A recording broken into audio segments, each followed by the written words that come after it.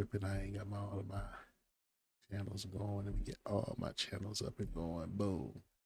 But yeah, we all know what happened, right? We all seen it, right? It's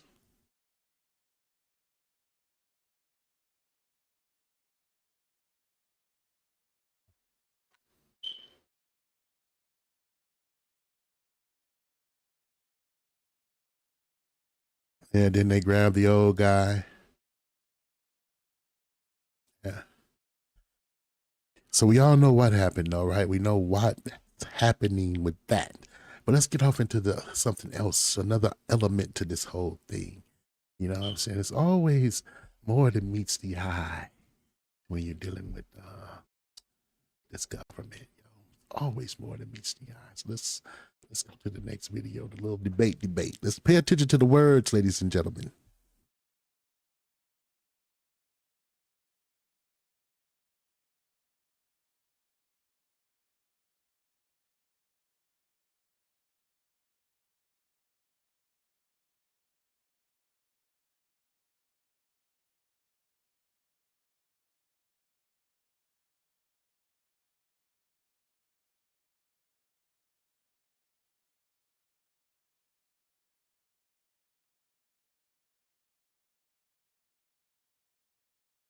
Yeah, the youngster gonna cut him up pretty bad, man, on foreign policy, and he's a young man that just can tell the difference between the young people in other countries and the young people in the United States. Most young people in the United States don't know what the hell is. They don't even know what foreign policy covers. You understand? But yeah, we're gonna pay attention to the young man. But I want y'all to keep paying attention, listening closely, man. What's going on? What's happening? What's up? Right? Really listen, man. Listen to this one.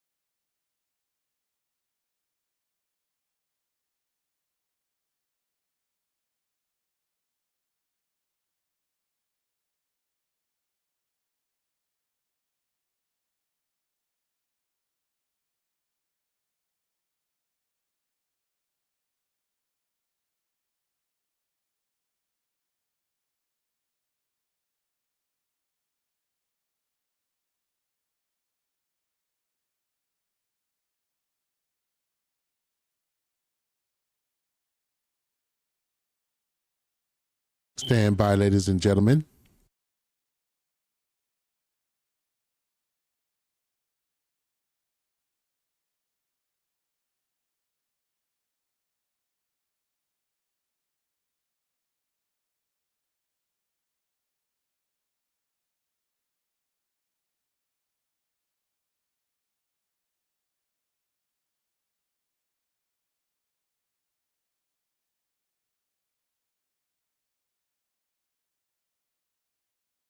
Okay, we got to run a test now. Stand by.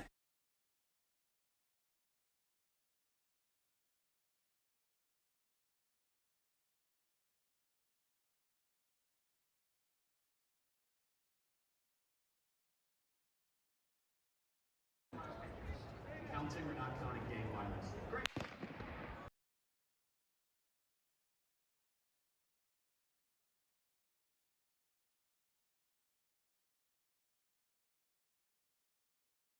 Okay, we had to start it all over again. Y'all couldn't hear it. Everybody should be able to hear it now. But like I was saying, the last words were the last words of the young man who's mocking black on black crime. You know, always got something to say, right? Everybody got something to say about us killing each other.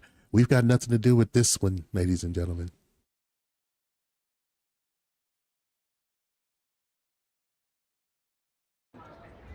Counting or not counting gang violence? Great. Oh my God. Wait, Cody, go, run. Whoa. Counting or not counting gang violence? Great. Hey, everybody heard it. He just got through mocking black folks, right? Just got through mocking black people. Oh, black gangbangers. This is what you would call white on white gang violence, right? Let's get to the next video. Like I said, the debate. I wanted y'all to pay attention to the debate between him and this young man from Great Britain. This is the thing. Now, anybody that watches this channel would have heard of the clown and the Donald Trump bootlicker, Charlie Kirk. And you will know that Charlie Kirk is someone who consistently promotes misinformation, conspiracy theories, and will just basically do anything to help the right to be able to achieve their goals and their objectives. That's the reason as to why in this video it's so good to see a young Brit actually step up, school Charlie Kirk, but not only school him, have a mic drop moment where he gets an ovation by all the people in the crowd. Let's watch this video in full, and then I'll give you guys my thoughts towards the end. And the final question that we've got time for today is from Sammy McDonald from St. John's College. Pay close attention to the discussion, real close, because it's going to have something to do with the next video. Let's watch.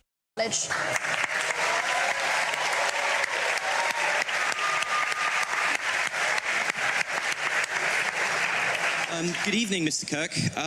You've obviously devoted a lot of your life to electing, keeping in power Donald Trump, and you did so partly because you said Trump would put Americans first and take them out of foreign conflicts. Should we see how that is going at the moment? Currently, Trump has just accepted a $400 million debt from Qatar, which we're assured is perfectly above board.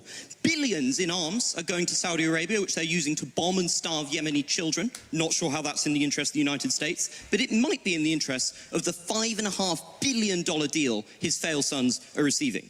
At the same time, this great president of peace has greenlit mass killings not just in Yemen, but in Gaza, where he greenlit an invasion called Operation Gideon's Chariot with the express aim of wiping out the Gazan population. You promised to put America first. Haven't you and your ilk sold America out? The youngster said he's put forward operations to wipe out the Gaza Strip. Remember that.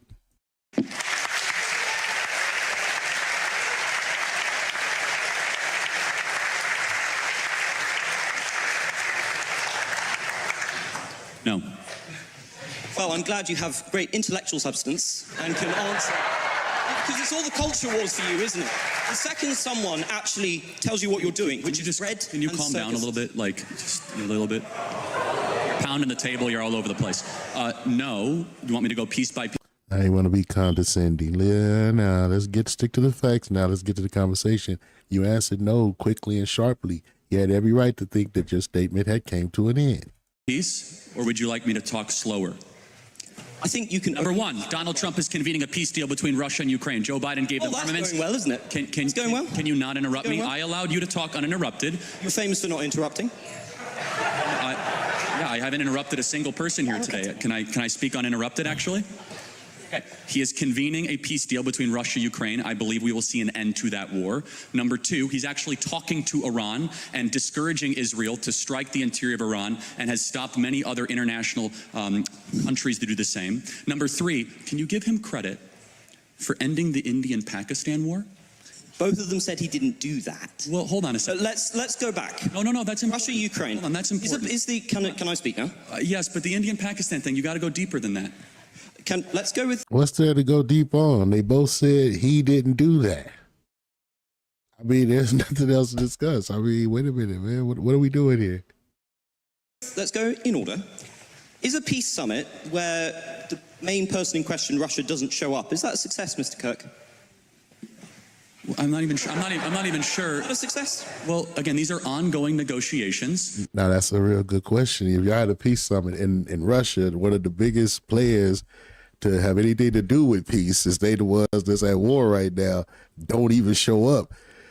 Hey, y'all done seen the mafia movies when somebody don't show up to the table and everybody supposed to be having to sit down. What is that? A sign of what? Disrespect. And it's a lot better than when your prime minister, Boris Johnson, went alongside. Deflect. That's what you gonna deflect. Your prime minister. What are you doing? What are you doing? You know, that's not how you debate. No. Our Secretary of State, Tony Blinken, to Istanbul and unnecessarily blew up a potential Russian peace deal, which has resulted in hundreds of thousands of dead Ukrainians, one of the great unnecessary wars of the modern era. Nah, what resulted in the death of hundreds of thousands of Ukrainians is you guys trying to sneak and put NATO in there after agreeing with Russia that y'all would not do so. We're playing games, right? Donald Trump believes in conversation and police through strength. He has been president for well over 120 to 130 days, and he has already ended a war between two nuclear conflicts of India-Pakistan. He has secured our own U.S. southern border while we were being invaded by foreign powers. And thirdly, he is brokering a potential settlement with Iran that will prevent a major escalation in the Middle East. And finally, it is very difficult, but I believe they'll get it done, that will finally see an end to the Russian-Ukrainian war. I'm just going to disregard the enormous lies you just put out there about Russia and Ukraine. Okay. But do you really think leverage negotiations work if you cut off all your leverage and scream at one party in the Oval Office? Don't you think that has just emboldened Russia? Because look at the approach. Putin thinks so much of your glorious president, he can't even be asked to show up.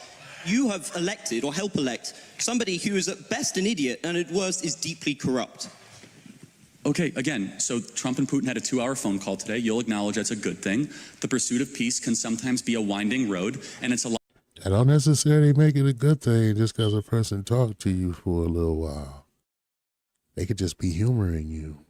I think everybody kind of know that they in a position where they're not in a position as beggars in these situations. Let's continue. Lot better than sending hundreds of billions of dollars further into the killing fields of eastern Ukraine, something that tragically both the UK government and the US government has been unnecessarily supporting for a couple of years. President Trump wants to see a brokerage, an ending of this settlement. I pray we can get it. It's very complicated because of the mess that Joe Biden left, which was an active kinetic war with a nuclear power sending American-made missiles into the interior of Russia. So President Trump has already ended a war. He's ended an invasion. He's only 130 days into this. And I believe, we do not know. At this point, we are merely speculating, which I think we should not spend our time doing that, because eventually one of us will be right. I believe It's not bullshit. Bullshit. Hey, he ain't ended no wars, bro. Bombing Iran didn't end anything. You just paused everything. It ain't over. we'll be right, and I believe we'll see an end to this war. Can we just talk about 100 billions worth of weapons? Because you dodged my question on what was going on in the Middle East, where Trump has just signed enormous arms contracts with Saudi Arabia and with Qatar. And I noticed you ignored the fact that this might have had anything to do with the blatant corruption going on through the Trump coin and going on through giving the very competent sons of Donald Trump billions of investment from Saudi Arabia and Qatar. This is something that is directly embroiling Americans into conflict, but is importantly killing many innocent people. Those nations have been known to terrorize innocent civilian populations. So if you're coming to me and you're objecting to America selling weaponry, why are you defending shilling for the Saudis? Well, hold on. One is sending weaponry, one is purchasing. Secondly, you do know that the biggest purchase that was announced was commercial airliners, 737, $100 billion. You've heard of Qatar Airways. They purchased $100 billion of commercial airways. You are right, there were some weapons contracts. But I guess the question is, would you rather have Saudi Arabia buy weapons from America or China? I'd rather they not have American weaponry at cut price rates. See, I disagree. Let's talk about Qatar for a second. Okay, fine. You mentioned Qatar. You've been talking a lot about Hamas. Would you rather they bought weapons from America or China? There's a issue. Can't they buy weapons from whoever they want to? I'm pretty sure they still get weapons from China too. I guarantee you. And the evils of Hamas. Can I ask you, who's the main funder of Hamas? Well, the Palestine. Well, the West actually funds Hamas. Which state? Well, Iran funds. No. Also, where are the Hamas leaders? And also Qatar funds Hamas. Yes. It is a combination of international relief organizations. Have a $400 million jet with the President of the United States on it? Hold on. First of all, it was not given to him personally. I understand the optics of it, but it was not given to him personally. It was given to the U.S. government, and under that. Hey man, this kid has got him. This kid got him, yo. Standard, no U.S. government should ever receive any gifts from any foreign countries whatsoever. It's not given to him personally and not a violation of the. And why is he trying to transfer it to his personal library? He is. Actually, okay, again, he sent out You're a lying. statement. This is way too in the weeds. If you want to keep on going we can. It's not in the weeds. It's a fundamental moral principle. Okay, so under that fundamental moral principle then, can you acknowledge, though, that President Trump is getting more done in a less period of time than any president we've seen, while our prior president did not even know what year he got elected? You understand the contrast here? What aboutism again? I'm not a defender of Biden. I'm not saying President Trump is far better than the predecessor. You have to defend the person you spent millions to elect. What aboutism? I like that. I will defend every day of someone who ends an invasion. That's all you do is brings down the price of oil, who is revitalizing the American economy, who's brokering peace, who stopped the potential nuclear war, who is bringing Iran to the table and bringing Russia to the table, someone who does not want armed conflicts with the greatest powers of our time. I will defend that endlessly. He gonna pick on little weak little Venezuela. living What are you in a defending? fantasy world of your own creation. So it's quite hard You to can say engage that, with. but then disprove But it. let's check on how Trump is doing in terms of diplomacy. Look, with the war in the Middle East, do you think it was a defensible decision to tell the Israelis you wanted Trump Gaza to agree for Israel to invade the Gaza Strip and to continue to murder thousands of innocent children and civilians in a pointless war? Is that in America's interest? Is that in humanity's Well, interest? first of all, you should know something about Trump. There's something, if you realize with Trump over the last 10 years, he is quite the social media user and uses hyperbolic language at times. But let me ask you, in the conflict of Israel versus Hamas, who's the good guy? I believe both Hamas and the Israeli government are evil, but I think also that there is no justification. Are they equally? There is no justification for the murder and mutilation of thousands of innocent people and children in a futile. Let's zero in on it. There is no justification. You got to keep in mind, this young man is representing American capitalism. That's exactly what they did in the conquest of the Native Americans in the United States. You know, they murdered millions. Oh, excuse me, they unalived millions, taking this country. And he believed all of that was manifest destiny. He's one of those, guys that, manifest destiny. Mr. Kirk, for invading hospitals, for bombing innocent populations and dragging out a war which is damaging Israel and the West's security. You've made that point, but Well, it's not a point, it's a moral truth, isn't okay, it? yeah, it was also a moral truth that the war started because 1,300 Jews were killed and 200 were taken hostage. Oh, he's mad now. And when you declare war on Israel, expect a firestorm in reaction. Let me finish. Actually, they got the firestorm. Iran was lighting their asses up with them missiles, and they declared that war. I let you talk. Israel, at its holiest day of the calendar year besides Yom Kippur and Rosh Hashanah, Samat Torah, the 50-year anniversary of the Six-Day War. On Shabbat, Hamas invaded Israel, deciding to go recklessly to music concerts, to homes, to kibbutzes, and taking 200 plus hostages. They knew what they were doing. In one of the most cloistered urban environments on the planet, 2 million people live in a place where it's impossible to wage war. Now, pay attention to everything he just said. Y'all see how he feels about this. His view, his side. Let's continue. Impossible, where they wear civilian clothing, they violate every tenet of the Geneva Convention, and the IDF, when they do something right, they get no credit. When they do life-saving surgeries of a Gazan child, they get no credit. When they drop leaflets, they get no credit. But when they happen to bomb a place where they are operating their military from, which we now know from third-party verified sources, hundreds of Hamas military operations are in mosques, schools, and hospitals. I'm sorry, the country where they were living in relative peace on October 6th, that all of a sudden we had a war and Hamas started the war. And I don't see people that were really upset about the 2 million Germans that were killed in World War II, civilians. A tragic truth of war is that civilians die. I don't like it and you don't like it. And they brought... Yeah, Wounded Knee, the United States used cannon fire on women and children. That, civilians die. They call that a battle. Women and children, they used cannon fire. And they gave medals to the soldiers that used the cannon fire. He's manifest destiny. And that massacre was manifest destiny. Let us continue. Brought it upon themselves. The only operation and entity to blame is the leadership of Hamas, not the Israeli government, for fighting this defensive war after they were invaded. I'm no defender of the terrible pogrom that was launched against Jews on that day. But the justification for the death of innocents cannot be an infinite cycle of bloodlust. It cannot be killing tens of thousands of innocent civilians with a war with no end in sight, people who are not complicit in those atrocities. It cannot be bombing hospitals which children use. It cannot be bombing hospitals in which cancer patients are dying and starving in there. The deaths that have been inflicted, nobody knows the true toll, but somewhere between 50 and 100,000 people lie dead under the rubble. And what is left for Gaza except for to continue to suffer under Hamas? Because it turns out Netanyahu's political strategy has not worked. It has entrenched Hamas within the territories. To be a Christian, I would have thought, Mr. Kirk, would never have involved suggesting that the price for an atrocity must be an infinite cycle of bloodlust, that innocent people and the young population must be killed to avenge some kind of providential quest. How can you call yourself a Christian? Well, you just did. I want to make sure we get our moral clarity straight before we proceed. No one likes what's happening in Gaza. No one with a heart or a soul or a mind likes when kids die. But you must understand who started the conflict so that you could end it correctly.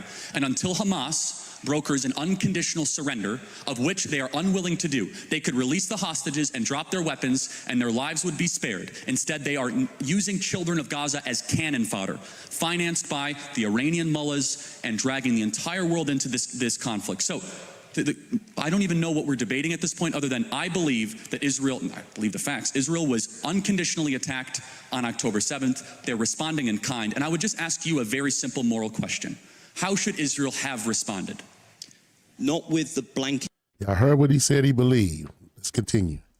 carpet bombing of a city, not with bombing hospitals. Of course, some kind of military operation might have been necessary, but not murder on this scale. There is no justification for what is happening with the enormous death toll that is being produced. I really cannot see how you come here and you have the gall to lecture us on Christian morality and then sit here and justify the murder of thousands of civilians. And is it working, Mr. Cook? Is Hamas dismantled? I've never said that. You just did.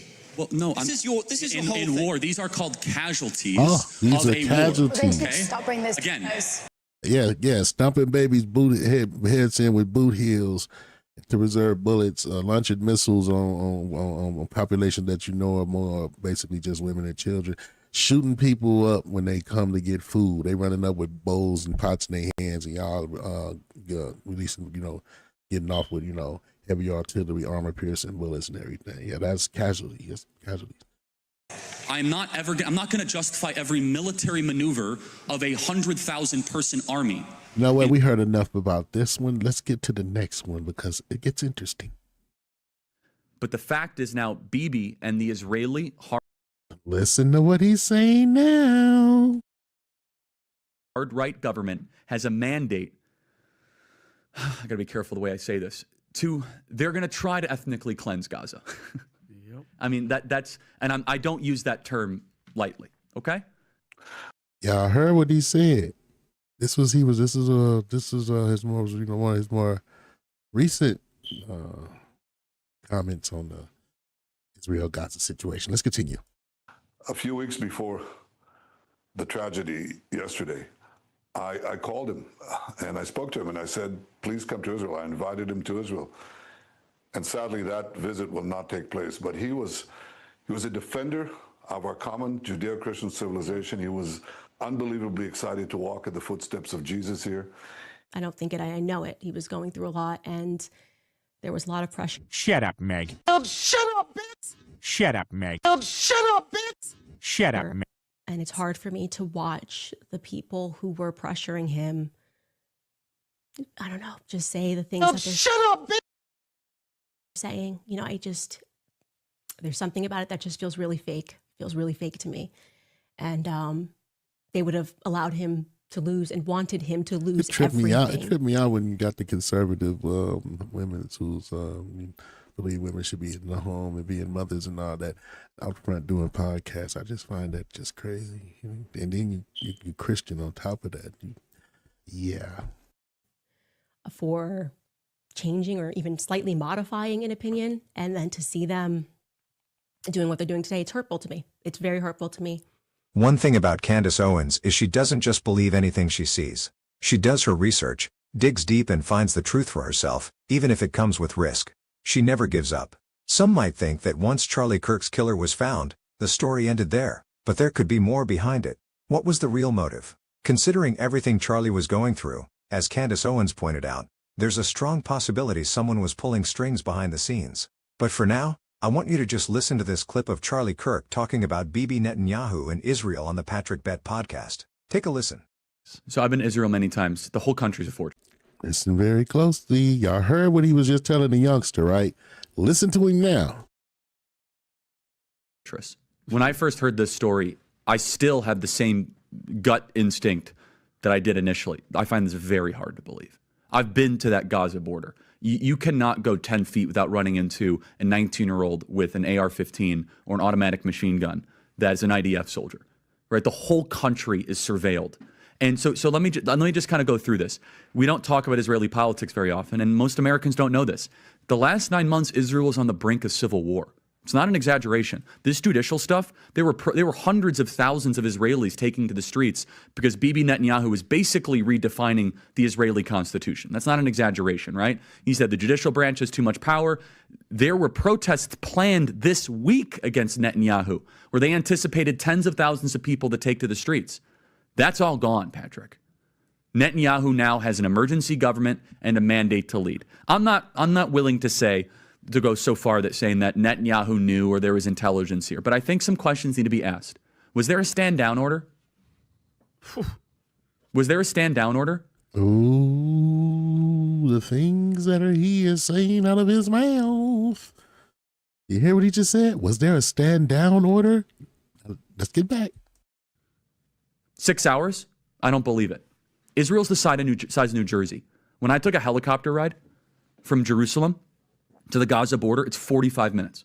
Wow. 6 hours. They're live streaming the killing of Jews. Did somebody in the government say stand down? That is a legitimate, non-conspiracy question. The whole country is the IDF. The whole country is. Yeah. And you're trying to tell me that they're going to concerts and kibbutzes and schools, and by reports, 6 hours. Let's say it's 3 hours. And by the way, I'm actually very pro-Israel. So let me be so I'm not exactly. Well, I think we all. Oh, no, you don't sound like it, bro. No, you don't sound like it right now. All are. No, I just want to make sure my position is clear here. But so Patrick, there are other explanations.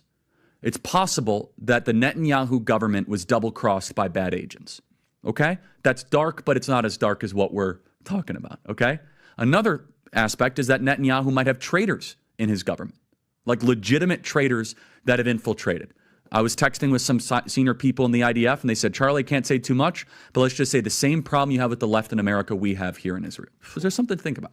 Just something to think about, right? Is that maybe there's some people within those intel agencies that aren't as sympathetic. Sounds like the young man went and did some more research, eh? Sound like he went and did some more real research. You know, that information that everybody just ain't forthcoming with. Sound like he did some deeper studying about things. Like he said, 6 hours when it's only a 45-minute plane ride and y'all got American equipped military. Don't make sense. Or maybe, Patrick, maybe they might have gotten a tip. They might have gotten whispers, but no one thought it would be 1,200 Jews dead. That's a potential, right? Because here's the essence of it. The essence is this. This is the closest thing to the Holocaust that any of us have lived through. But the fact is now Bibi and the Israeli hard-right government has a mandate. I got to be careful the way I say this. They're going to try to ethnically cleanse Gaza. Yep. I mean, I don't use. Isn't that exactly what the young man just told him in that debate? Isn't that exactly what the young man just told him he believed that the plan is? Sounds like he agrees with the young man. Let's continue. Use that term lightly, okay? They're talking about basically removing 2.5 million people from there, okay? And honestly, they have a mandate to go seek justice and revenge. They do. This idea that they need to have a truce or a peace treaty, that's morally crap after you see women and children be burned alive and dragged to the streets. But there are some serious questions here, Patrick. And let me tell you, my pattern recognition over the last 5 years has become pretty sharp. COVID, Maui fires, Epstein. When I see a story and it doesn't click, our guts are usually right. After listening to this video, it's clear that Charlie Kirk was questioning some of the decisions and actions of Bibi Netanyahu and the Israeli government. He repeatedly emphasized that he is pro-Israel, but that does not mean he blindly supported every move of the government. He raised serious questions about intelligence failures, possible stand-down orders, and the presence of potential traitors or bad actors within Israel's own. Mossad is one of the best, if not the best, intelligence agencies on the planet. Up in even the CIA and the KGB, when they was doing their thing, The Messiah supposed to be even better than they are. Y'all didn't know none of this was about to happen. Y'all didn't know nothing. But nonetheless, man, y'all heard what was said there, right? Y'all heard the debate. Y'all heard how he was feeling. Let's go to the next video because it blows me away with all of this craziness going on. Somehow everybody's still mad at the Negress. I've had the opportunity to see what's really been going on. Shouts out to my boy O'Shea Duke Johnson and Celebrity Junk. Check out this video, man. With the whole Charlie Kirk situation and basically seeing a lot of these black content creators going crazy. I've seen guys crying like Brandon Tatum and Myron. Now, to be fair, I can see why Brandon Tatum is crying over Charlie Kirk. He worked for Turning Point USA. I'm talking about Brandon Tatum. So he had a personal relationship with him. So I understand why Brandon Tatum feels bad about this. Myron, I have absolutely no idea why he's over there crying. But anyways, you know, whatever you can do. Real talk, because you didn't agree with him on Israel, Myron. For White Zaddy, I guess. But I want you to see the hypocrisy in how Myron is treating black people who's talking about the death of Charlie Kirk versus how Myron treats the actual killer of Charlie Kirk. Now, and it's not just Myron. This is how everybody is dealing with black folks. If we ain't upset and we ain't grieving, it's amazing how that's the proof that they still look at us as property. We're not looked at as an individual nation. We're looked at as something that they made, and we supposed to see things their way. Period. We supposed to be upset when they say. We supposed to hurt when they say. We supposed to be happy when they say. We supposed to celebrate when they say. They gave us Christmas, Halloween, Thanksgiving, all of this folly. Then when you tell them you don't do it, they be shocked. Really? You don't celebrate Christmas? Oh, no. Why? What make you think it's almost like when you don't have a name that's Wilson or Jackson or Thomas or Jefferson. They be kind of shocked. Oh, really? On everything, man. It's crazy. Look, I don't feel neither way. That dude was not a friend of mine. He wasn't a friend of my people. He was an enemy to my people. So that's how I look at him. You know what I'm saying? Period, end of story. You can feel however you want. That's just my opinion. Do I celebrate? I don't celebrate nothing. Like my brother said from the BOW, y'all just getting to see what we felt, what we done been feeling over all these years. Only difference is this government got together and killed our leaders. It was conspiracies with the government on several different levels to murder our leaders. Unalive our leaders. This dude apparently so far looks like what they call it white on white gang thing. Let's go back. In this case, there have been a lot of people in the black community that are making fun of Charlie Kirk. And we got to understand, guys, that despite what he was saying, this is not our battle. This is a battle between actually not even liberals and the right, but the extreme right and the moderate right. That's the battle, okay? They're having a war of ideas. And in this case, that war of ideas is extremism versus the moderate right, the extreme right versus the moderate right. And if you really pay attention to what happens on Twitter, that's the battle. A lot of conservatives battle over Israel versus Palestine or geopolitics or who is flip-flopping all the time. So that's what happened. In this case, though, blacks have been making fun, all right? And then whatever you see that happens, you will see a lot of blacks in the conservative spaces coming to defend Charlie Kirk and his name. I've seen Brandon Tatum come out and do it, and now Myron does it, okay? This is a trick that a lot of the blacks that are trying to gain favor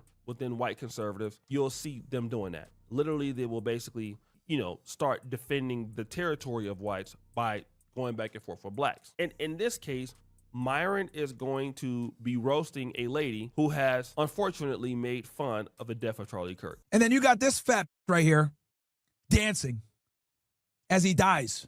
After he died, call him a deadbeat dad. You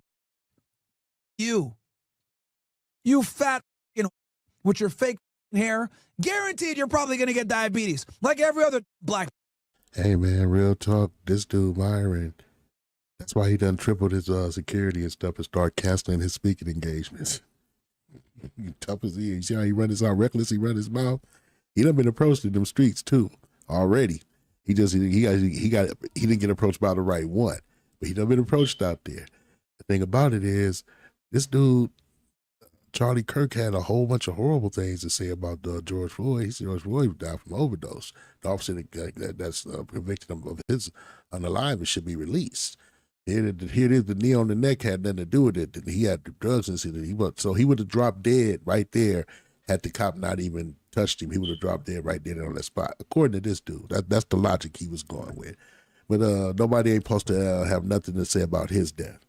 That's the hypocrisy of this country that make people United States of amnesia, man. They got real good. They real good at forgetting stuff. They got real good selective amnesia. Because you drink too much goddamn Kool-Aid.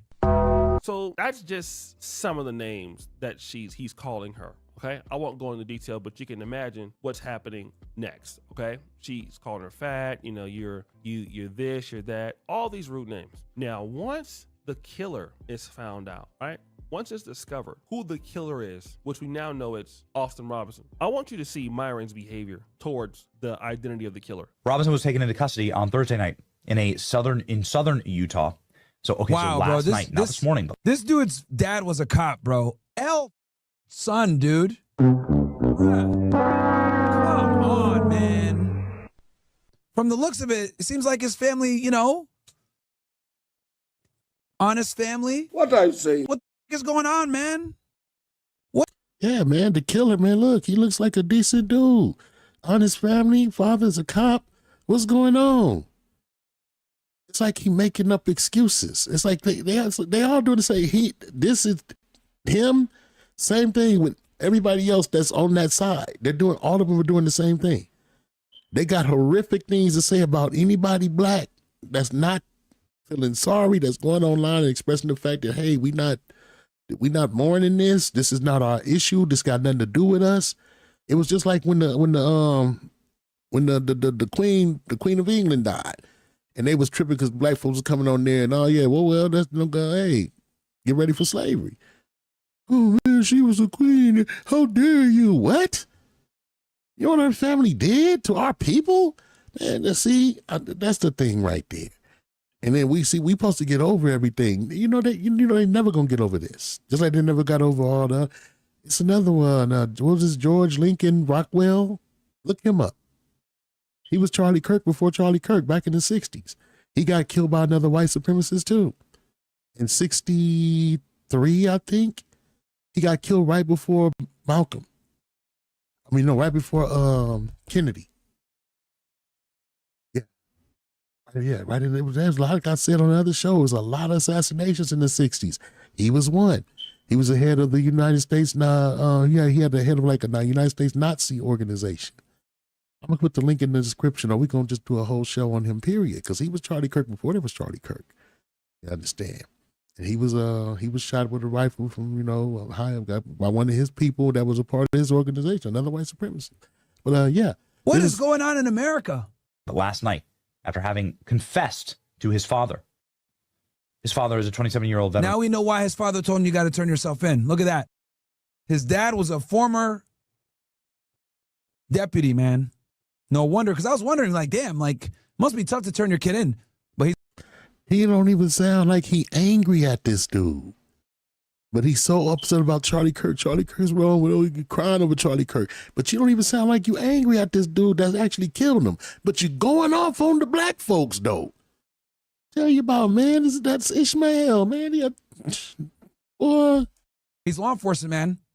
He knew he had to do the right thing and turn himself in. So listen at that. Oh, man. Wow. So think about this. Myron has more hatred for the people who are making fun of the man who died versus the man who actually killed Charlie Kirk. And the man who my mama actually killed Charlie Kirk was white. And see, here is something that a lot of these guys know, even Myron. And Myron was critical of Charlie Kirk here and there, but he could never be as critical as Nick Fuentes. And that's because Nick Fuentes is at least half white or closer to white than Myron will ever be. And so these guys understand what they can and cannot do.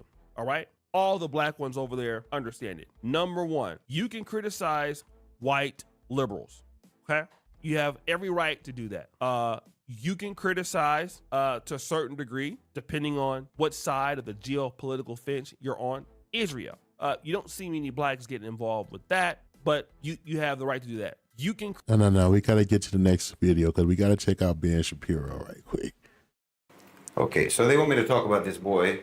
Wrong one. Wrong video.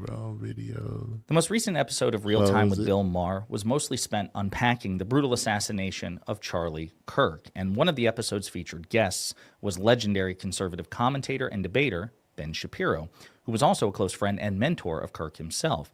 And though the conversation was mostly civil and cordial, it did get very intense at one moment when Shapiro definitively claimed that Kirk's shooter was, quote, of the left and implied...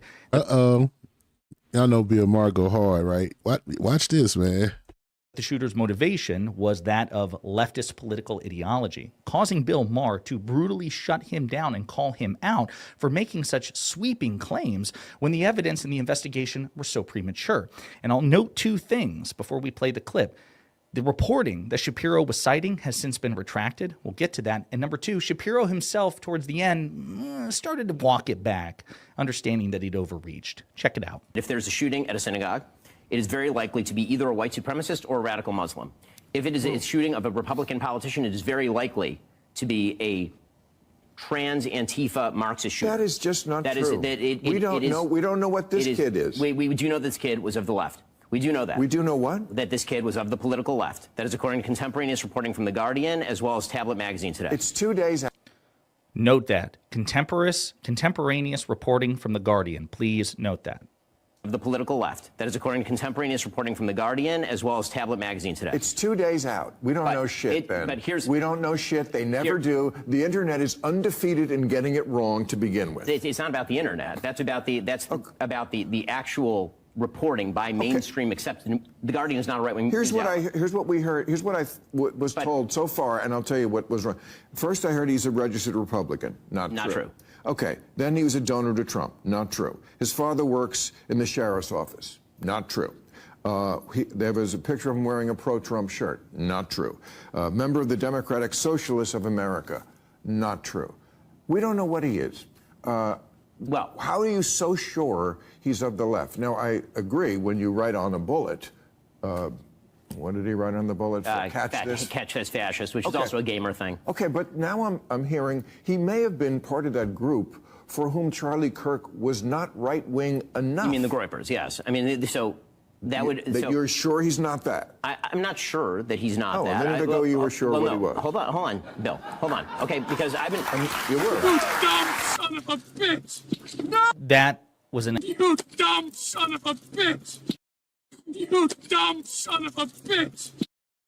Yeah, he got you, bro. He got you. Excellent exchange. And I want to be so clear about this. It is entirely possible that... He got you on that one, bro. Like you said, you was so sure that he was a leftist, blah, blah, blah, blah, blah. Hey, I just wanted to play that little piece. We go in listening to my brother, my boy Shahid Solon. Was it Solon? I'm gonna put the link to this video in the description. All the videos. Shouts out to all the content creators that did y'all thing, man. This is good stuff, man. I'll put the descriptions of all the different videos in the all the different videos. I'll put the links in the description box. But check out, we go in with this cat. I don't want to say nothing. I want him to do the talking right now. We gonna go with him. Okay, so they want me to talk about this boy, Charlie Kirk, who got shot in Utah.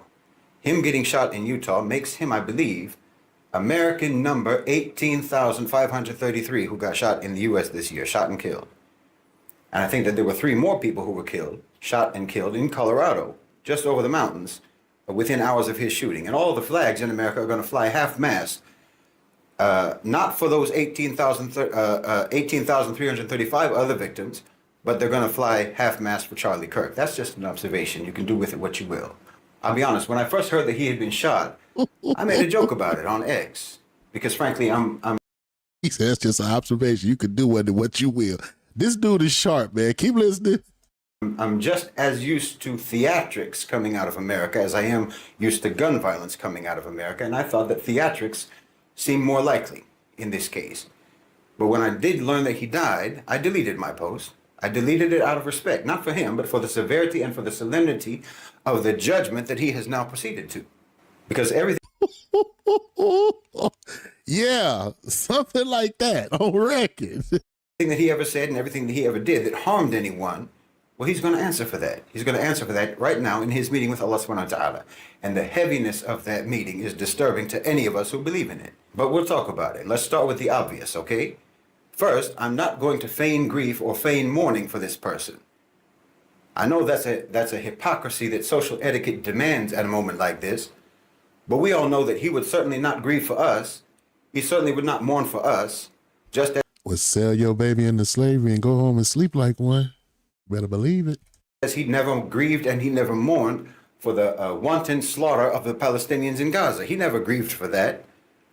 And for myself personally, as a Muslim and as a critic of Western so-called civilization, I know that Charlie Kirk himself would most likely have officially anyway considered me to be his enemy. And as far as I'm concerned, any man whose enemy mourns him when he dies, well, he wasn't doing his job.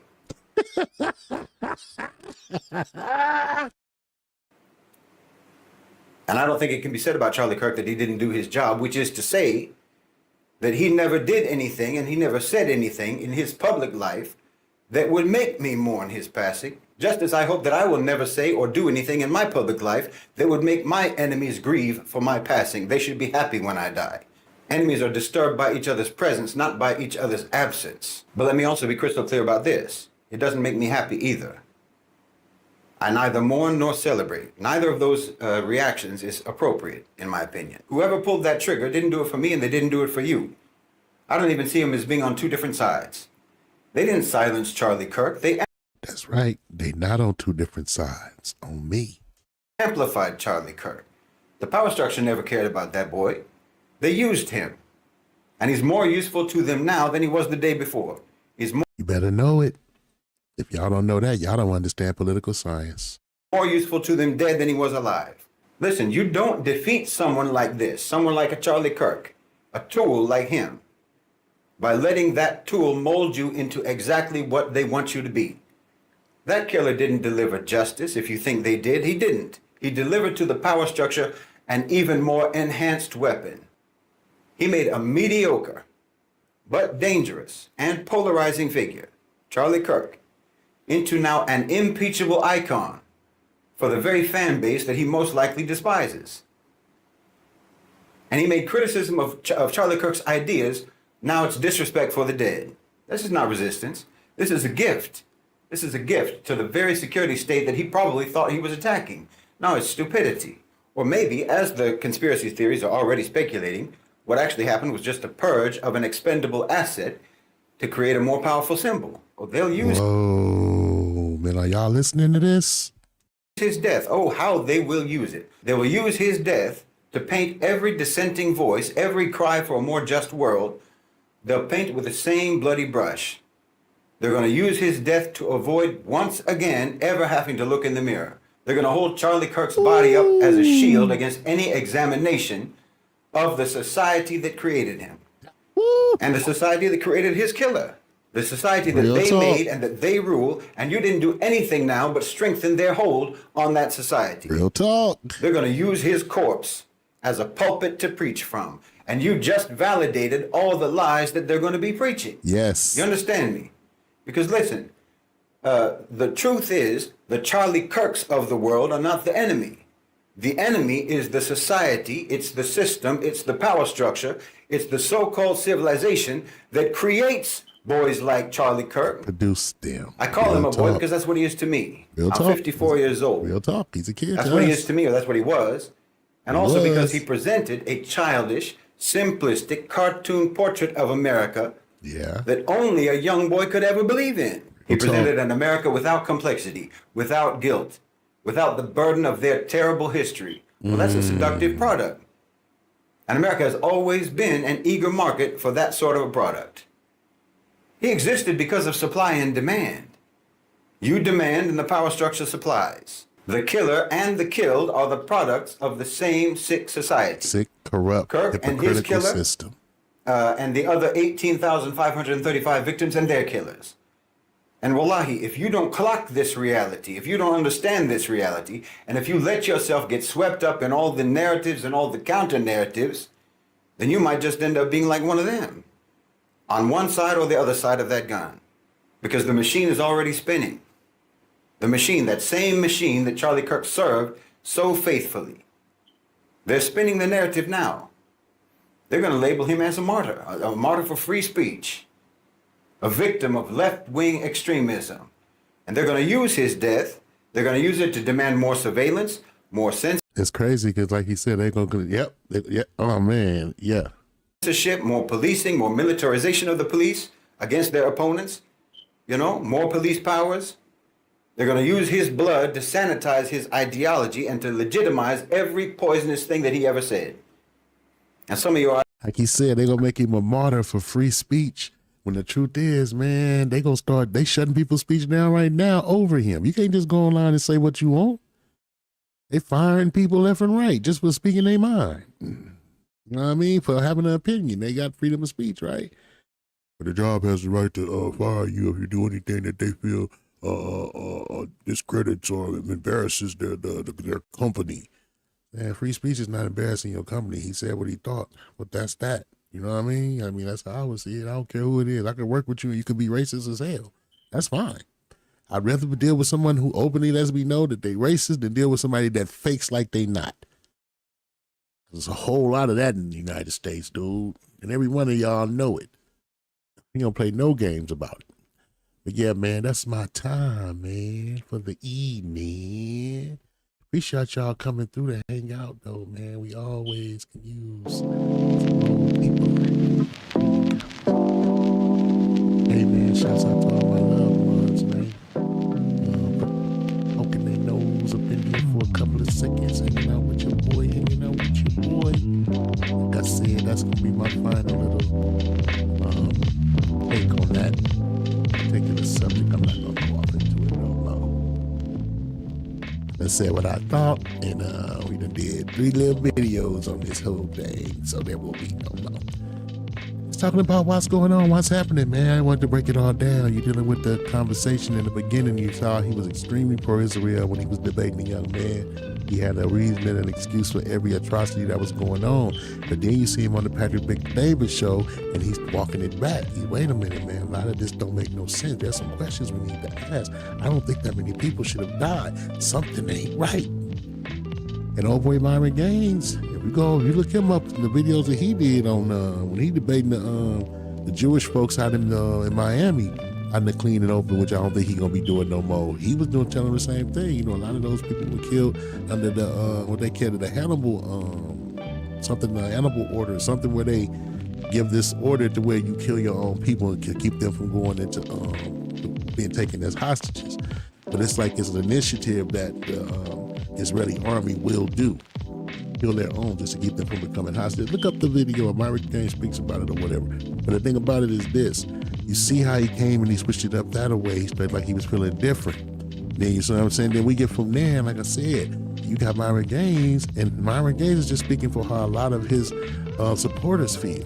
They hot at black people for some reason. It's like I said in some of my other videos, we the only people in America that it's like they feel like we better feel like we better act and all that, like according to what they say. They don't treat no other race like that. Just us. We have to be patriotic. We have to believe in America. We got to hear the Star Spangled. We got to hear the American national anthem when our fighters come out the box. Not the black national anthem. We have our own national anthem. Just like these people from these other countries got their own national anthem. We actually have our own too. Why don't it play when our fighters come out? We got to hear y'all's. They had the American flag hanging over Crawford at that fight. You understand? Like I said, we're property. You understand? 3/5 of a human. Understand? But it's cool. It's cool. Yeah, they tripping and act like they want to trip with black folks over this. Don't get me wrong, I'm not excusing no behavior of nobody so-called black that's out there just acting the ass. I'm not doing that. But what I'm saying is, man, people got a right to feel however they feel about whatever. Do you need to express that with every person you come across? No. You understand? But some people, hey, everybody ain't the same. Don't get yourself out there and get yourself into no kind of crazy trouble, man, over how you feel about something. Don't be so emotional. You know what I'm saying? On me. Hey, but man, that's like I said, that's the show, man. You man, thank you for tuning in with your boy Bam Bam Billion. Wanna watch 3 favorite sons. Forever standing 10 toes down on them 10-fold grounds, represent East Side ours because the East Side is ours. Forever your John Major for justice, man, because there is no justice for just us. Lay out of death, lay out of life, man, because we're living to die and we dying to live again. 360 degrees, if you can comprehend. Shouts out to the grand verbalizer, funkin' lesson, Brother Jay. Whether I see y'all here in the kingdom, I'm gonna see y'all again, man.